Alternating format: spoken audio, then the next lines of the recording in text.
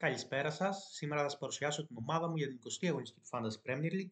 Έχουμε φτάσει αισίως πέραν του μισού. Μπαίνουμε σιγά σιγά στην τελική ευθεία. Βέβαια έχουν πάρα πολλά chips ακόμα και ένα καινούριο chip του Assistant Manager όπως έχουμε ξαναπεί.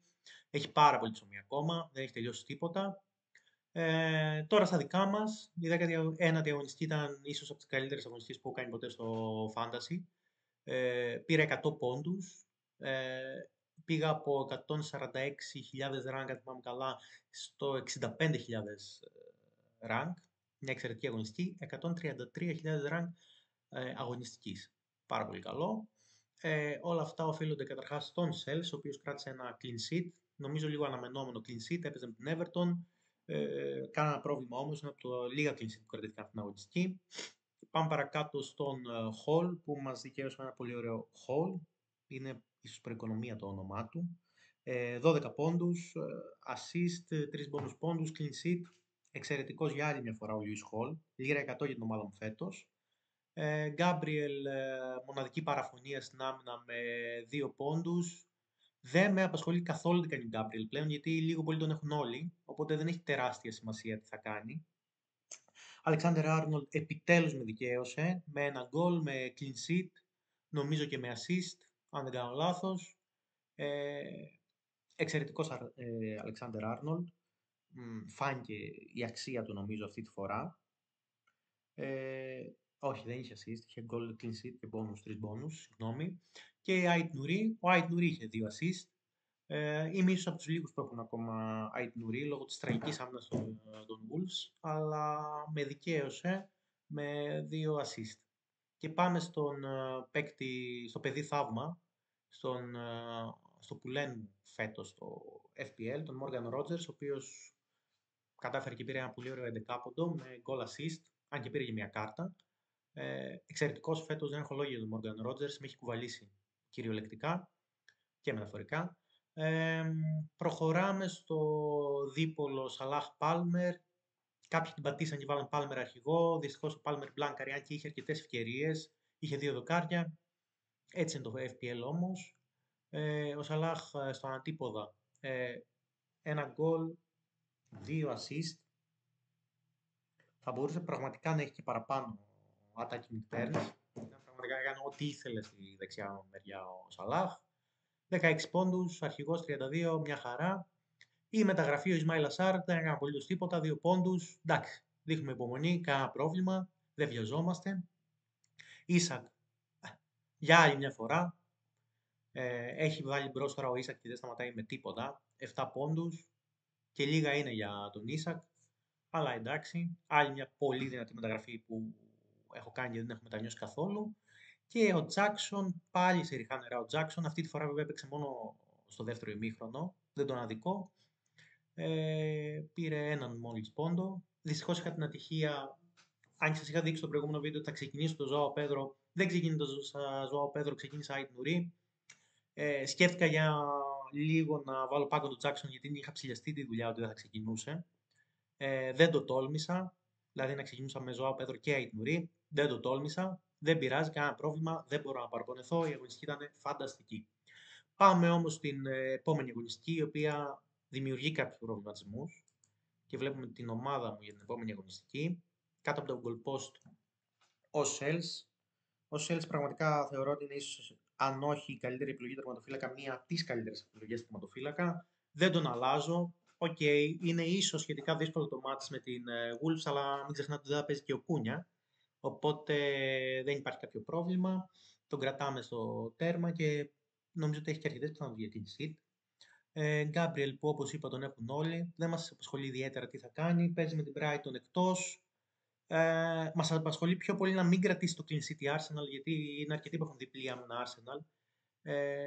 Οπότε δεν ξέρω, ίσως είναι λίγο πονηρή αγωνιστική για την Arsenal. Είναι λίγο δύσκολη έδρα η Brighton. Πάμε στον Alexander Arnold που έχει το United εντός. Δεν θα πω πολλά για το United. Το United είναι σε μαύρο χάλι. Μέχρι και ο ίδιος ο προπονητής είπε ότι παλεύουν για τη σωτηρία στην κατηγορία. Αδιανόητα πράγματα για τη Manchester United. Οπότε ο Alexander Arnold έχει πάρα πολλές πιθανότητες είτε για clean sheet είτε για attacking return. Ούτως ή άλλως είναι σε τρομερή φόρμα ο Alexander Arnold. Δεν ξέρω αν έχετε δει τα τελευταία παιχνίδια. Πραγματικά, όσον αφορά το attacking threat, είναι εκπληκτικός. Και θεωρώ ότι είναι μια must μεταγραφή για αυτούς που δεν τον έχουν. Και η άμυνα κλείνει με τον Nate Nuri που έχει την Nottingham εντός. Θεωρώ ότι η Nottingham δεν είναι και καμιά φοβερή επίθεση.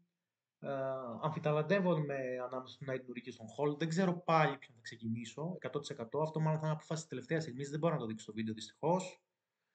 Αυτή τη στιγμή είμαι υπέρ του Nate Nuri, αν και ξέρω ότι τα attacking returns ενάντια στην Nottingham θα είναι περιορισμένα, ειδικά χωρίς τον Κούνια. Και το clean sheet δεν είμαι πολύ αισιόδοξη για το clean sheet. Θα το δούμε όμως. Μπορεί να ξεκινήσει και ο Hall. Προχωράμε αρχηγός, προχωράμε στον Gordon που είναι καινούργια μου μεταγραφή. Ήρθε στην θέση του Enzo Fernandez. Ήταν υπερβολή να πάρω τριπλή επίθεση Chelsea. Δεν χωρούσαν όλοι αυτοί. Ούτως ή άλλως η Chelsea σαν επίθεση, ενώ δεν έχει κακά νούμερα, δεν σκοράει τόσο πολύ. Έδωσα τον Enzo και πήρα τον Gordon, ο οποίος είναι ένας από τους αγαπημένους μου παίκτες από πέρσι και ήθελα πάρα πολύ να τον πάρω. Δεν μετανιώνω, είναι πολύ καλός παίκτης. Έχει το φοβερό πρόγραμμα, έχει εκτός Tottenham, αλλά θεωρώ ότι τα Tottenham Newcastle γενικά είναι πολύ ανοιχτά μάτς και γενικά βολεύουν ένα παίκτη που είναι ένα παίκτη αντιπιθέσεων γρήγορο που είναι ο Gordon. Έπειτα έχει Wolves μέσα και Bournemouth μέσα. Πολύ καλά μάτς, πολύ καλό πρόγραμμα για τον Gordon. Και επίσης είναι και σε φοβερή φόρμα ο Gordon. Οπότε είμαι πολύ χαρούμενος για αυτή τη μεταγραφή. Πιστεύω ότι θα μου φέρει πόντους. Πάμε στην αρχηγία στο Mo Salah, όπως θα βάλει όλο το fantasy αρχηγό το Mo Salah. Πραγματικά, παιδιά, για μένα που είμαι και United, μου φαίνεται αδιανόητο και όχι αδιανόητο, ε, δεν μπορώ να διανοηθώ βασικά πώς μπορεί η United να πάρει αποτέλεσμα, να μην φάει 3 γκολ και πάνω από αυτή τη Liverpool. Ειλικρινά, έτσι όπως είμαστε αυτή την περίοδο, μου φαίνεται αδιανόητο, αυτό μου φαίνεται αδιανόητο, το να μην φάμε τουλάχιστον 3 γκολ. Δυστυχώς. Και δεδομένης της φόρμας που είναι η Liverpool. Vice Captain ο Palmer. Εκτός με την Crystal Palace θεωρώ ότι είναι ψηλοδύσκολο μάτς για τη Chelsea, η οποία δεν είναι και σε φόρμα εδώ που τα λέμε. Όπως και ο ίδιος ο Palmer εδώ που τα λέμε δεν είναι σε τρομερή φόρμα. Εντάξει, θεωρώ ότι δεν είναι τόσο καλή εναλλακτική για Captain αυτή την αγωνιστική. Ο Palmer. Οπότε τον έχω απλώς Vice. Και τελευταίο στο κέντρο ο Σάρ, ο Ισμάιλ Σάρ, θα του δώσω άλλο ένα μάτς, δύσκολο μάτς με την Chelsea. Δεν ξέρω αν θα πετύχει κάτι, εξαρτάται από πολλούς παράγοντες. Θα τον ξεκινήσω όμως σε κάθε περίπτωση. Πάμε στην επίθεση. Νίκολας Τζάκσον, δεν θέλω να τον διώξω, δεν θεωρώ ότι είναι για να φύγει. Πιστεύω ότι θα αρχίσει να ρολάρει τις επόμενες αγωνιστικές. Έχει και καλύτερο πρόγραμμα, έχει την Bournemouth εντός μετά από αυτό το μάτς με την Crystal Palace και την Wolves εντός. Δεν θεωρώ ότι θα ξεκινήσει από τον πάγκο επίσης, θα ξεκινήσει βασικότατος. Πιστεύω ότι η Chelsea θα βρει φόρμα και όταν βρει φόρμα ο Jackson θα είναι μια εξαιρετική επιλογή. Προχωράμε στον Isak, βασικός και αναντικατάστατος. Πιστεύω ότι είναι ίσως και καλύτερη επιλογή αυτή την αγωνιστική σαν vice captain από τον Palmer, οπότε σκεφτείτε το και αυτό. Για captaincy, αν κυνηγάτε δηλαδή και ένα differential captaincy, δεν είναι κακή επιλογή ο Isak. Γενικά είναι σε δαιμονιώδη φόρμα, τον έχουν πλέον όλοι φαντάζομαι και ευελπιστώ. Αυτό δεν σημαίνει ότι δεν θα τον βάλουμε και εμείς. Όσοι τον έχετε αγοράσει τον, εννοείται. Πάμε παρακάτω σε Ζωάο Πέδρο που κλείνει την εντεκάδα μου. Ναι, παίζει με την Arsenal, ναι. Πήρε 2 assist, ήταν λίγο τυχερή η μία assist από ό,τι κατάλαβα, δηλαδή ίσα ίσα βρήκε την μπάλα. Δεν έχω και πολλές επιλογές. Ο πάγκος μου είναι ο Hall, ο Rogers, ο οποίος είναι τιμωρημένος, αλλιώς ξεκινήσει και βασικός. Και ο Γκρίβς που παίζει με τη Fulham εκτός. Θα ξεκινήσω τον Ζωάο Πέδρο ως επιθετικό. Πιστεύω ότι αν σταθεί τυχερός μπορεί να έχει κάποιο target intern ή κάποιο penalty. Οπότε δεν βρίσκω λόγο να τον αφήσω στον πάγκο εφόσον και οι αναλλακτικές δεν είναι πολύ καλύτερες. Βέβαια αυτό είναι και μια απόφαση που ίσως την τελευταία στιγμή την αλλάξω πάλι.